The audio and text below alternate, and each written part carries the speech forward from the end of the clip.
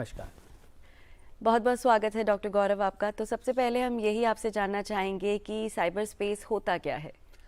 Cyber space internet की दुनिया में जैसे हमारे कंप्यूटर्स हैं, जो इंटरकनेक्टेड कंप्यूटर्स हैं, जो एक दूसरे से बात कर सकते हैं, बहुत तेज़ी से इंफॉर्मेशन ट्रांसमिट कर सकते हैं, उस नेटवर्क को हम साइबर स्पेस कहते हैं। राइट। जहाँ पर एक आम आदमी अपनी फ़ायदे के लिए बहुत सारी चीज़ें कर सकता है, जैसे कि वो बिना लाइन में खड़े हुए रेलवे टिकट बुक कर सकता है, अपने लिए ऐप्स यूज़ करके खाना ऑर्डर कर सकता है। तो आप जो भी इंटरनेट की सुविधाओं को यूज़ करना चाहते हैं, उसे आप साइबर स्पेस में अपनी एक्टिविटीज़ को इंटरनेट के दुनिया में कनेक्टेड कंप्यूटर्स के द्वारा कर सकते हैं। इसे हम साइबर स्पेस कहते हैं।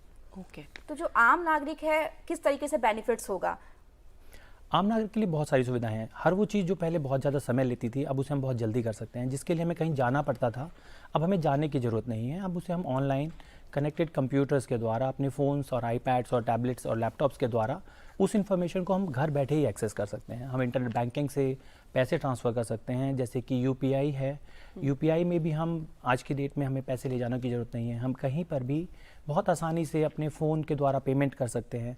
तो इंटरनेट ने और इंटरनेट की दुनिया ने हमें बहुत सारी नई नई सुविधाएं, बहुत सारी नई नई सर्विसेज प्रदान की हैं, जिनके द्वारा हम अपने जीवन को बहुत आसान बना सकते हैं। तो ये बहुत सारे ऐसे फ़ायदे हैं जो एक आम आदमी के लिए इंटरनेट की वजह से और कनेक्टेड साइबर स्पेस की वजह से उनको आज की दुनिया में प्राप्त हो रहे हैं। बिल्कुल डॉक्टर गौरव, इंटरनेट ने कहीं ना कहीं हमें एक दूसरे से कनेक्ट तो किया ही है, लेकिन खतरों का दायरा भी बढ़ा दिया है। तो ऐसे कौन कौन से बुनियादी खतरे हैं जो हमें इंटरनेट का यूज़ करने से या इस साइबर स्पेस में रहने से हो सकते हैं, और किन से हमें बचना ज़रूरी है? तो जैसा कि आपने बताया, इंटरनेट ने हमें बहुत सारे फ़ायदे दिए हैं। हम साइबर स्पेस में बहुत कुछ है जो कर सकते हैं, लेकिन साइबर स्पेस में हमें बहुत सारे खतरे हैं, जैसे कि क्रिमिनल्स और फ्रॉडस्टर्स, जिनको हमारे बारे में डेटा चाहिए। तो हमारे पास जो भी एसेट्स हैं उसके बारे में उनको क्रिमिनल्स हमसे छीनना चाहते हैं। फॉर एग्जांपल, वो हमारी प्राइवेसी के वॉयलेट करना चाहते हैं। वो जानना चाहते हैं कि हम कब क्या कर रहे हैं। वो हमारे पैसों को ट्रांसफ़र करा के अपने अकाउंट में ले जाना चाहते हैं।